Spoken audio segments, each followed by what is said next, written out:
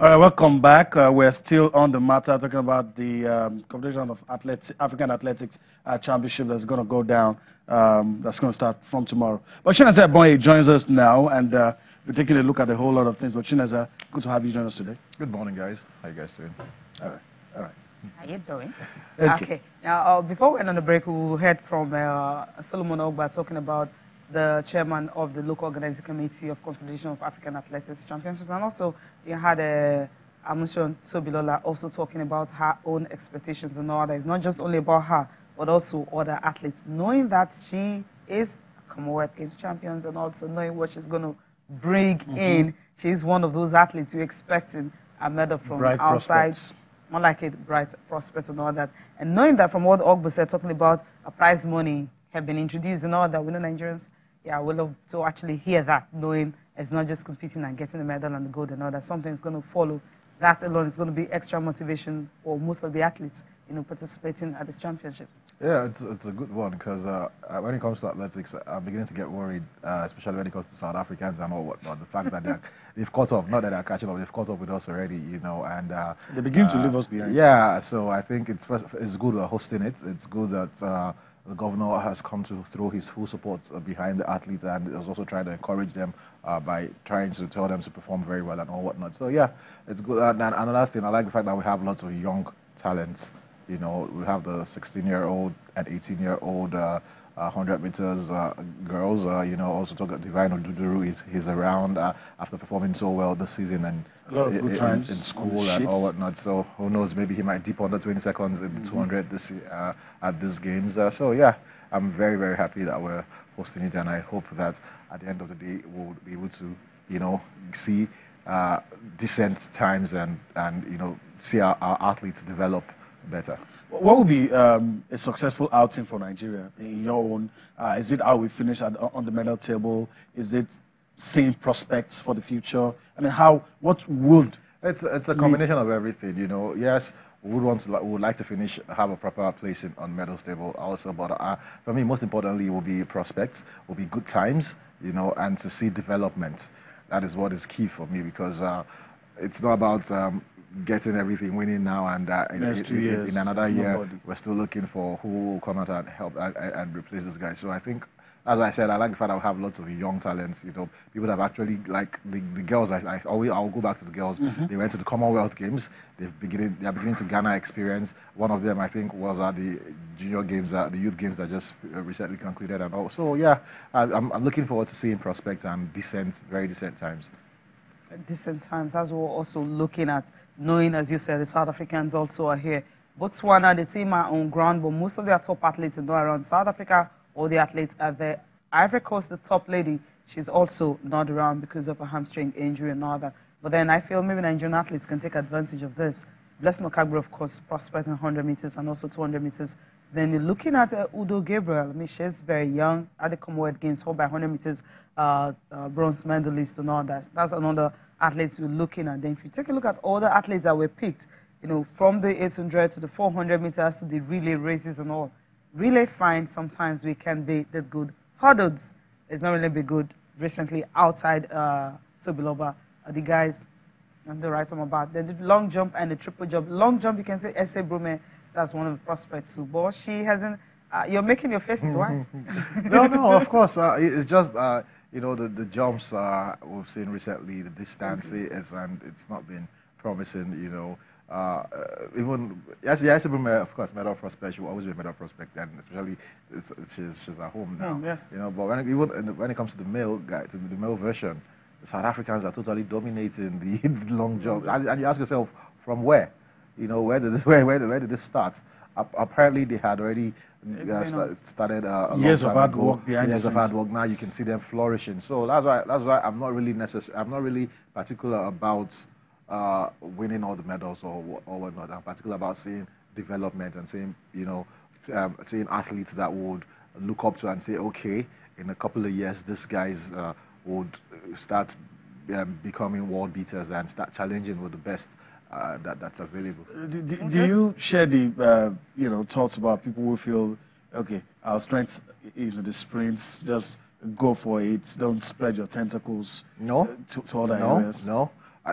we've seen different examples. You know, I remember how it was always the Kenyans about long distance, but now in the 800, yeah, every guy doing javelin, the 800 doing very in the well. javelin. You know, the South Africans from nowhere. They're everywhere. They're everywhere in the field events, the track events. So who says we can't? So you shouldn't focus only on comparative advantage. We shouldn't. We have physically we are blessed, you know, in this part of the world, and I think if we spread our tentacles wide, we should be able to get decent athletes all across the events. Yeah. Okay. Hopefully we can. And it's not just about what's happening on the track that we were talking about. Doping is another issue.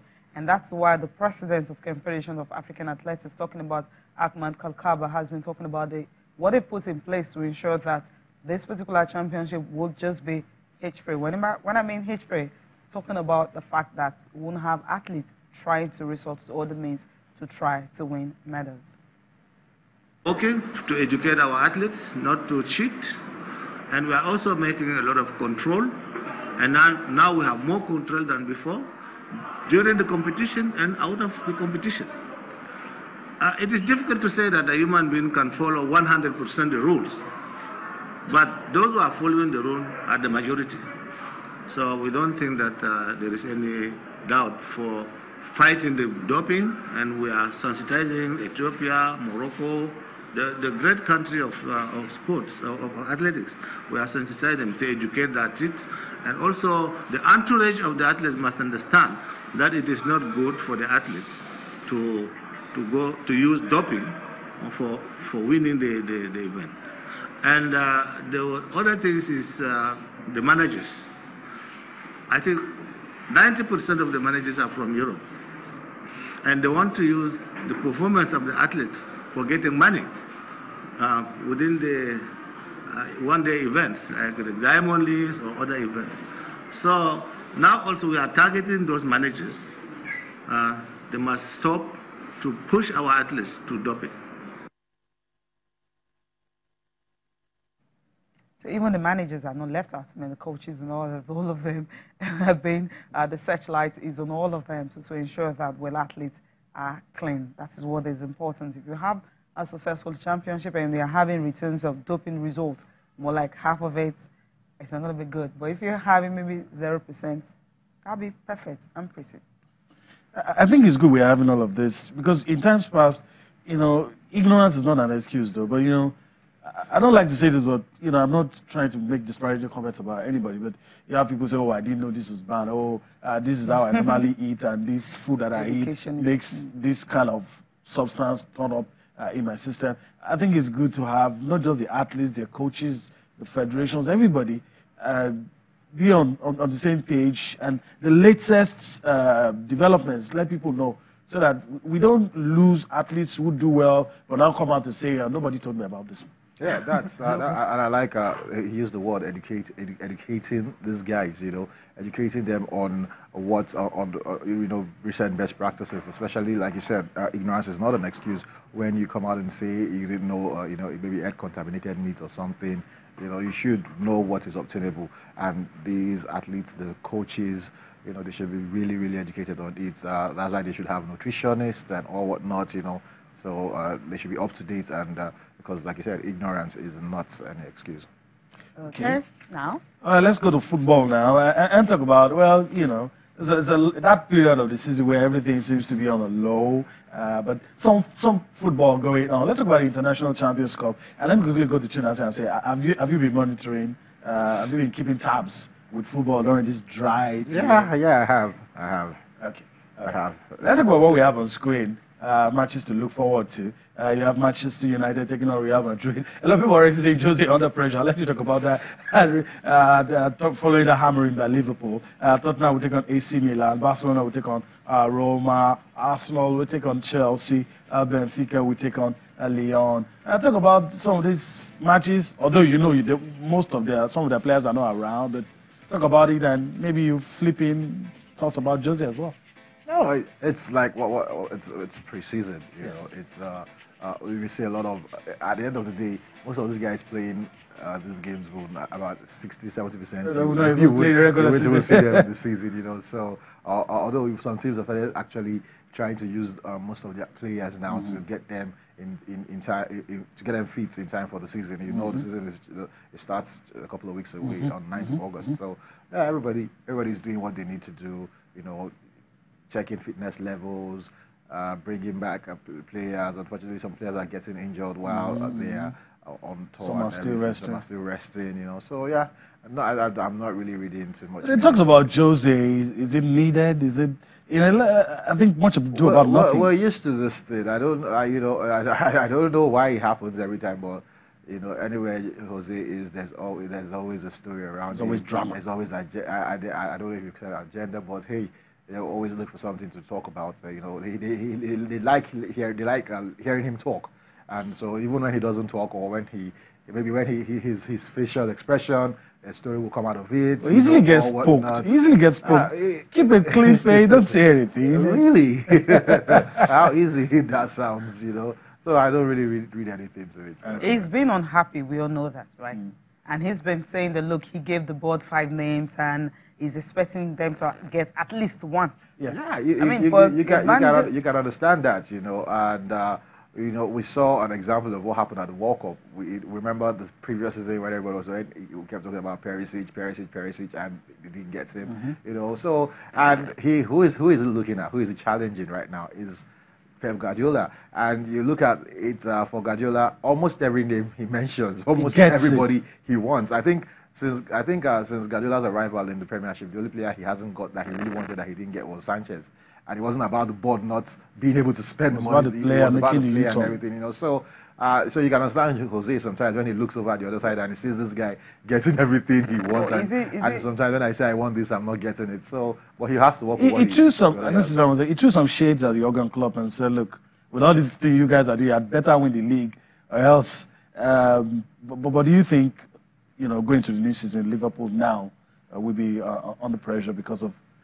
The comments attributed to Jose anyway. Under pressure, maybe. I think, and if less even, I'm just going to disregard the comments and whatnot. You know, I'm going to look at the man Jurgen Klopp, because I remember a while ago where he talked about the fact that he didn't like players being sold for outrageous amounts of money, and now he's doing that, getting players on the high and everything. So I don't really think there'll be pressure, but yeah, people will expect a lot from Liverpool this season because of the players they've added to the squad.